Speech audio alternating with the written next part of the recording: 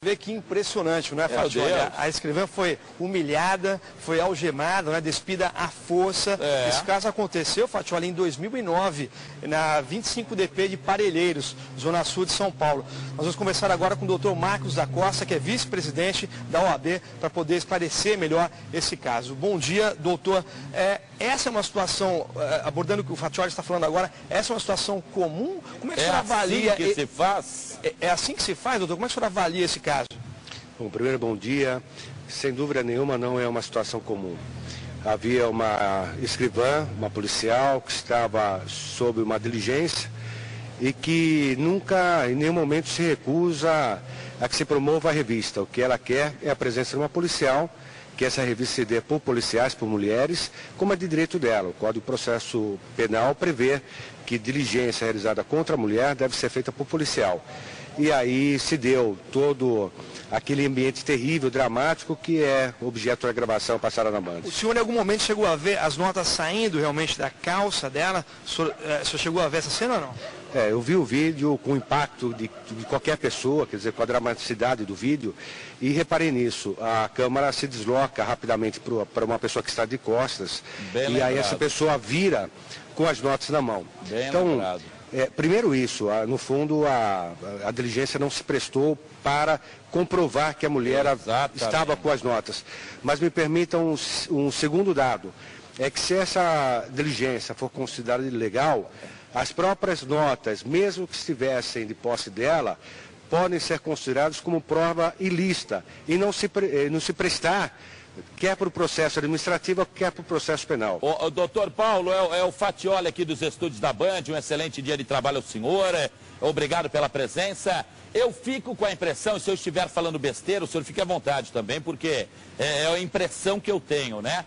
Parece um negócio armado. Primeiro a filmagem, né? A própria situação de se filmar, depois a maneira da abordagem. O senhor pensa, ou acredita, melhor dizendo, na hipótese daquela tradicional, vou usar um termo popular, armação, independente se a moça é culpada ou não, mas de uma armação, de uma situação pessoal para cima da loira aí, da escrivã, doutor Paulo. O que o senhor pensa, por gentileza, hein? Fatioli, deixa eu colocar mais um ponto. Por favor. A gravação não tem esse tempo que foi passado, tem um tempo muito maior. É verdade.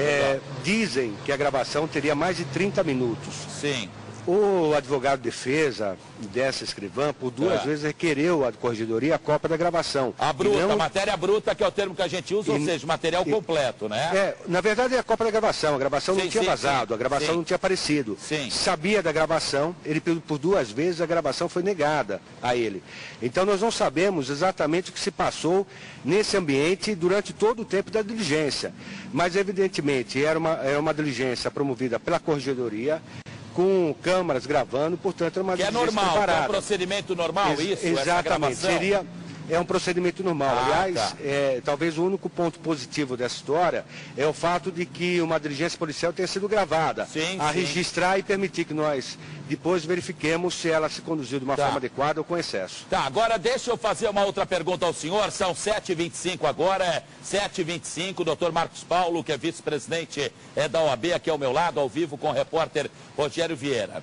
Esse procedimento, doutor, procedimento não, né? Esse jeito de se revistar, lógico que tem uma hora que pede, por favor, uma hora não dá, tem que ir para cima, vou usar esse termo. Mas essa maneira de revistar é comum? O senhor já viu cenas como essa em outras revistas? O que eu estou surpreso, para o senhor é normal, é comum, é assim que funciona, doutora? Olha, eu nunca verifiquei. Aliás, as revistas se dão em ambiente fechado. Sim. Evidentemente, ninguém vai fazer isso num espaço que tenha mais gente. Às vezes uma causa, um envolvimento jurídico seu, né? Não tenho conhecimento, mas também a diligência propriamente, a revista, ela é permitida em lei. Se ela tivesse no corpo com algo ilícito, ela poderia ser revistada. O ponto foi, primeiro, a violência. numa situação em que ela não se postou contra a revista. Sei. Isso que chama muita atenção. Sei. E segundo, é o fato de ter sido praticada por homens e com gravação. Quando, na verdade, ela deveria ter sido feita por mulheres. Então, olha, o Alfredo Moreira, que é um dos nossos cinegrafistas aqui do estúdio, por isso que eu falo que trabalhamos em equipe, né? Aliás, quem fala que, eu fiz, muda de emprego, viu? Sai de TV, porque nós fizemos. Então, aqui somos uma equipe, rapaziada, aqui todo mundo trabalha junto, doutor. O Alfredo, que é o cinegrafista, que está até nessa câmera que eu estou me dirigindo, observou que ao fundo, coladas à parede, há duas mulheres, há duas policiais. Por que não foram essas a mexer na moça? Vai, falando de maneira prática, doutora. Creio que uma delas, eu não tenho segurança, porque o vídeo é curto. Eu creio que uma delas seja a Polícia Militar e uma seja da Polícia Municipal. A policial municipal. Da Guarda Municipal. Essa, me parece, não teria competência. A policial militar poderia. Mas mais do que isso, a escrivã estava numa sala fechada. Ela não tinha como ser evadida ali. Portanto, bastaria ao delegado da Corregedoria convocar uma delegada próxima para que ela praticasse a diligência. Não havia necessidade de que se fizesse a diligência com aquelas pessoas que se encontravam naquele recinto. Fatioli. Pois não, Rogério, são 7h27 no primeiro Jornal da Band, imagens exclusivas que o Jornal da Band mostrou, o Jornal da Band com o comando do Ricardo Boechat, esse trabalho do repórter Sandro Barbosa e que agora estamos atualizando com o repórter Rogério Vieira. Diga lá, Rogerião. Outra observação importante também, Fatioli, que em nenhum momento ela se negou a ser revistada. O que o doutor falou, bem lembrado. Ela pediu que deveria ser revistada por duas mulheres. Qual o recurso que cabe a ela ainda, doutor? O processo administrativo contra ela já teve uma primeira decisão no sentido da sua exoneração. O advogado recorreu dessa decisão, está aguardando agora a decisão do recurso no ambiente administrativo, podendo ela, evidentemente, se socorrer do Poder Judiciário para resolver o problema que se constituiu. Agora, deixa eu fazer mais uma observação que me chamou muita atenção.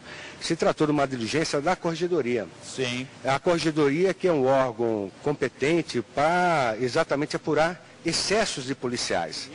Na medida em que uma diligência da Corregedoria for considerada adequada pela própria Corregedoria, isso permite que policiais, em relação às pessoas comuns, possam também pretender fazer a mesma coisa e a Corregedoria ficar numa posição delicada. Porque isso que eu falo sempre. É isso, Fatioli. Eu acho que isso é uma coisa que preocupa em termos de sociedade, esse comportamento que deveria partir exatamente daquele órgão que visa a conter violência policial. Pois não. Doutor Paulo, muito obrigado. Vice-presidente da OAB ao vivo. E só uma observação. Vem cá, por favor. Rápido, vem para pertinho aqui. Se ela cometeu o crime, vai pagar. Se ela mordeu o dinheirinho de alguém, vai ter de pagar. Isso é a Corregedoria que vai apurar. Ou seja, não estou aqui nem defendendo nem atacando, até porque não defendo nem ataco, só comento. Mas se ela levou de alguém, vai pagar. Pode ser policial, pode ser bispa, papa, monsenhora, freira, não importa.